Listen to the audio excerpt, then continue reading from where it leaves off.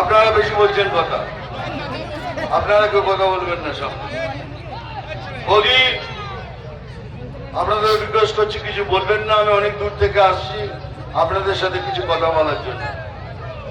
আমার হিরোগিরি করার জন্য আমার অনেক জায়গা আছে। আমি 50 বছর ধরে হিরোগিরি করছি। তো এখানে এসে তো হিরো হতে আসেনি, এখানে এসছি আমার ভাতারের ভাই বোন বন্ধুদের সাথে দেখা করতে, আপনাদের সাথে কথা বলতে, আপনাদের কিছু বোঝাতে। আর সেটা কি কি বলবো আমি? এই ধরুন, এই কিছুদিন আগে আইপ্যাক অফিসে রেড হয়েছে, ইডির রেড করেছে। এই যে ভাই, এই যে ও ভদ্রলোক মশাই, আপনি বসুন।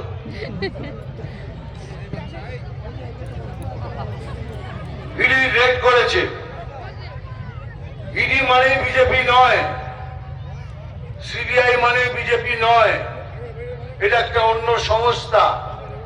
কিন্তু তবু এই প্রশাসন এটা আমাদের ঘাড়ে চাপিয়ে দিয়েছে, যেটা সব বিজেপি করছে। ধরে নিলাম বিজেপি করছে, তাহলে ইডি কার বাড়িতে রেড করে, সিবিআই কার বাড়িতে রেড করে?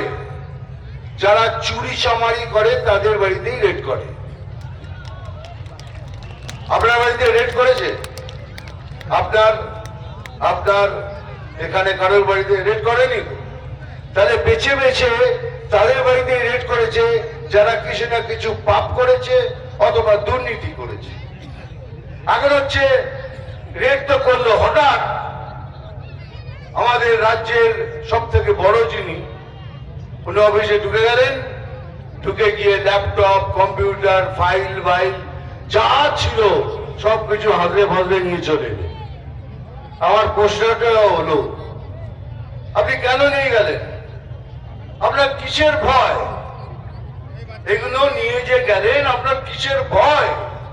কেন নিয়ে গেলেন এগুলো? তিনটে প্রশ্ন আসছে আমার মনের মধ্যে। প্রথম প্রশ্ন, আপনি বলছেন খেলা হবে, বড় খেলা হবে।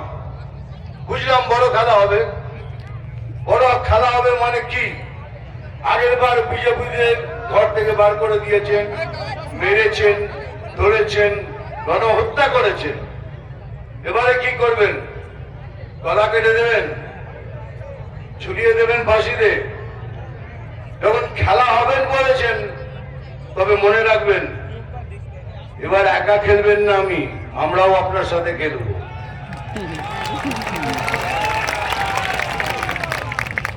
আমরা দুজনে মিলেমিশে মাঠে খেলবো, আর তারপরে পেনাল্টিতে বল বসে কি করে গোল করতে হয় সেটাও দেখিয়ে দেবো। 1 নম্বর এটা। 2 নম্বর, কি আছে এইসব ফাইলে? নিশ্চয় কিছু চুরি চামারি করেছেন, কয়লা চুরি করেছেন, বাড়ি চুরি করেছেন, বিদ্যা চুরি করেছেন, খাদ্য চুরি করেছেন, তার সব হিসেব আছে ওখানে। এত কোটি টাকা তো আমি নিজে চোখে দেখিনি। 50 বছর ফিল্ম লাইনে থেকে এত কোটি টাকা একসাথে আমি নিজে দেখিনি। কিন্তু তাহলে কিসের? সে হিসেব কোনো ধরা পড়ে যাবে এই জন্য?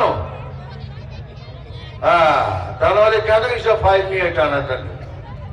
আর তৃতীয়টা, যেটা আমার কাছে সব থেকে বেশি ইম্পর্টেন্ট, সেটা হলো যে কিভাবে আমরা পশ্চিম বাংলাকে পশ্চিম বাংলাদেশ করব, তার পরিকল্পনা রয়েছে।